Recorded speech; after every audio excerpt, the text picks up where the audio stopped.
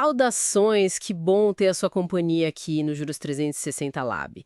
Hoje a gente vai mergulhar em duas decisões bem importantes do plenário do STF, lá do informativo 1162. Vamos começar, neste primeiro bloco, falando sobre os limites do poder dos estados, né? Primeiro, Ceará, com a ADI 7057. Isso, Que tratou daquelas contratações temporárias no sistema socioeducativo. exatamente. E logo depois a gente vai lá para o Maranhão, Uhum. para analisar a ADI 6.216, que é sobre a criação de um complexo industrial e portuário e também a atuação da EMAP, a Empresa Maranhense de Administração Portuária. Ótimo. Dois casos bem interessantes sobre federalismo. Com certeza.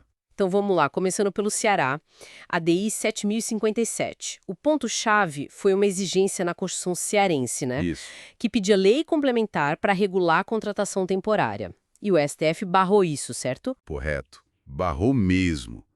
O argumento principal foi o princípio da simetria. Ah, sim. Porque a nossa Constituição Federal, lá no artigo 37, inciso 9º, ela só exige lei ordinária para isso. Entendi. Então, exigir lei complementar, que a gente sabe que tem um processo mais rígido de aprovação, Bem mais complexo, né? isso, sem que a própria Constituição Federal peça, o STF viu isso como uma restrição que não devia existir na organização do Estado, sabe? Mexe com o arranjo democrático. Faz todo sentido. Mas não foi só isso, né? As próprias leis complementares lá do Ceará que autorizavam essas contratações para o sistema socioeducativo também caíram. Também foram consideradas inconstitucionais. E por quê? O que estava errado com elas? Aí entra a jurisprudência que já está bem firme no STF, né? Principalmente o tema 612 de repercussão geral. Certo, o tema 612. Ele define aqueles requisitos bem claros para a contratação temporária poder acontecer. Tem que ter previsão em lei, prazo certo, a necessidade tem que ser de fato temporária, Não pode ser algo permanente. não pode. E tem que ter um interesse público excepcional, sabe? Isso é indispensável mesmo. Esse tema, é bom lembrar, tem efeito vinculante. Ou seja, vale para todo mundo. Exato. E no caso lá do Ceará, esses critérios, eles não foram cumpridos. Ah, não foram? O STF viu que as leis estaduais, a 16.3 de 2016, a 169, também de 2016, e a 228 de 2020, elas previam contratação para função que na real é permanente. É atividade essencial do socioeducativo. Atividade contínua do Estado, né? Isso, que tem que ser preenchida por concurso público. É o que manda o artigo 37, inciso 2 da Constituição. E aquela tentativa de usar a pandemia como justificativa na lei de 2020? Essa também não colou muito. O STF identificou ali o que chamou de inércia administrativa. Inércia administrativa? Como assim? Olha, o órgão foi criado lá em 2016 e o concurso só foi lançado agora em 2024. Nossa, quase 8 anos depois. Pois é, o STF achou essa demora toda injustificável. Foi um sinal de que o Estado estava, digamos, se acomodando com os temporários, em vez de fazer o concurso, né? Entendi. Foi um recado. A regra para atividade permanente é o concurso. Claríssimo. Então, caiu a exigência da lei complementar, caíram as leis específicas, mas os contratos que já existem continuam até o fim do prazo deles. Isso, para não gerar um caos. E o Estado tem que fazer o concurso. Uma decisão, então, com impacto bem direto lá no Ceará e um aviso para outros estados também, né? Com certeza. Bom, saindo do Ceará, vamos para o Maranhão. ADI 6.216. Aí o tema é desenvolvimento econômico. Isso. Uma lei estadual criou um complexo industrial e portuário e deu mais poderes para a EMAP. A acusação era de invasão de competência da União, né? Sim. A briga aí foi entre a competência do Estado para fomentar o desenvolvimento local e a competência da União para legislar sobre portos e sobre as regras gerais de licitação. Mas o STF, no fim das contas, disse que a lei do Maranhão era constitucional. Interessante.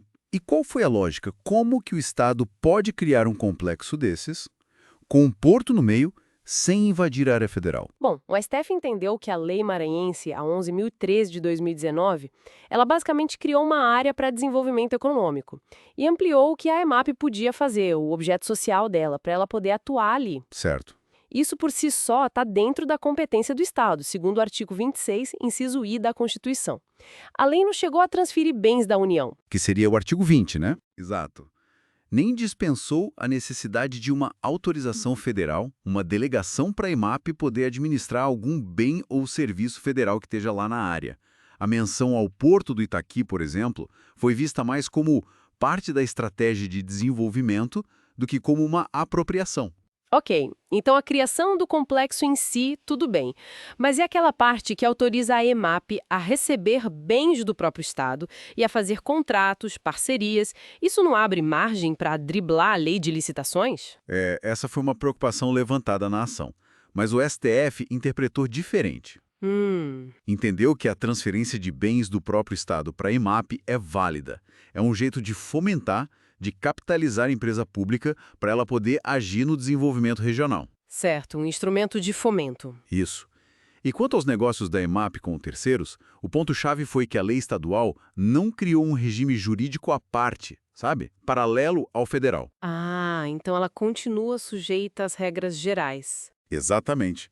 A EMAP, quando vai fazer negócios, continua sujeita a todas as regras que valem para as estatais. Isso inclui a lei das estatais, a lei de licitações, quando for o caso, o artigo 173, parágrafo 1º, inciso 3º da Constituição garante isso. Entendi. A lei do Maranhão só deu para a EMAP as ferramentas, digamos, negociais, que são compatíveis com a natureza empresarial dela, para ela poder cumprir o objetivo de desenvolvimento, mas sempre dentro da lei federal. Não é uma carta branca. Entendi. É uma autorização para agir, mas respeitando as regras do jogo. Perfeito. Então, o STF validou a iniciativa do Maranhão, reconheceu essa margem que o Estado tem para promover o desenvolvimento, né? Desde que não passe por cima das competências da União ou das regras de contratação. Exato. Duas decisões que mostram bem essa tensão e esse equilíbrio do nosso federalismo na prática, né? Sem dúvida. São casos que acabam definindo contornos bem importantes para a administração pública nos estados, seja na gestão de pessoal, como no Ceará, seja na promoção da economia, como no Maranhão. Mostram como os estados podem sim buscar soluções próprias, mas sempre com o STF de olho nos limites da Constituição. Fica aí a reflexão, né? Como a gente consegue conciliar a agilidade que esses projetos de desenvolvimento muitas vezes pedem, com as regras, as amarras legais que são necessárias para garantir isonomia e interesse público, especialmente quando tem empresa estatal no meio. É um desafio constante. Verdade. Bom, muito obrigada pela atenção nesta nossa análise. A gente se encontra no próximo bloco para continuar desvendando o informativo 1162 do STF. Até lá. Bem-vindos a esta nossa análise. Hoje a gente mergulha no informativo 1162 do STF, tá? Vamos focar em duas decisões bem importantes do plenário, lá de dezembro de 2024.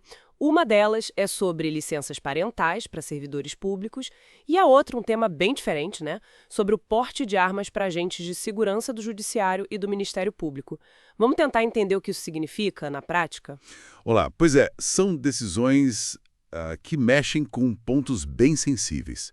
Falam de direitos da família, da criança e também da autonomia e segurança de instituições-chave, né? Exatamente. Então, vamos começar com o primeiro pacote de ações, a ADI 7519 e as outras que vieram junto. A ADI, para quem não lembra, é a ação direta de inconstitucionalidade, né? Para ver se a lei está ok com a Constituição. O que exatamente estava sendo questionado nessas leis dos estados e do DF sobre as licenças? Basicamente, a ideia era alinhar essas leis estaduais com a Constituição e com o que o Supremo já vinha decidindo, né? Tinha uns 3 pontos principais em debate, assim. Primeiro, o prazo da licença paternidade. Depois, aquela história de diferenciar o tempo de licença para a mãe adotante dependendo da idade da criança, se isso podia ou não. E, por fim, como ficava a situação do pai solo, aquele que criou o filho sozinho. Certo. E sobre a licença paternidade, o que ficou decidido? Então, o STF bateu o martelo. O mínimo garantido lá no ADCT é 5 dias. Ponto. Mas olha só, os estados e o DF têm autonomia legislativa sobre seus servidores, ou seja, eles podem sim definir prazos maiores que esses 5 dias. Aquela prorrogação de 15 dias da lei federal, do Empresa Cidadã, sabe, não se aplica automaticamente para eles. É cada um na sua competência, digamos assim. Entendi. Autonomia dos estados para ampliar, mas o mínimo é 5 dias. E quanto à diferenciação para mães adotantes? E o STF foi bem firme. declarou inconstitucional qualquer regra que diminua o tempo da licença para a mãe adotante por causa da idade da criança. Não pode. O prazo tem que ser igual ao da licença para gestante. No caso que eles analisaram, era de 180 dias. Isso segue a lógica do tema 782 e repercussão geral, tratamento igualitário mesmo. Faz sentido, né? O foco é a criança e a necessidade de adaptação da família, não a idade em si. E os pais solo, como ficaram? Também teve avanço aí bem importante. O STF estendeu o prazo integral da licença maternidade, os 180 dias, para os pais solo. Tanto faz se é pai biológico ou adotante. A justificativa é forte. Proteção integral à criança e à família. Artigos 226 e 227 da Constituição. Segue também outro tema importante, o 1182, o bem-estar da criança em primeiro lugar. Nossa, muito relevante isso. Sim. Mas, um detalhe. O tribunal não criou aquela possibilidade de dividir a licença entre o casal, sabe?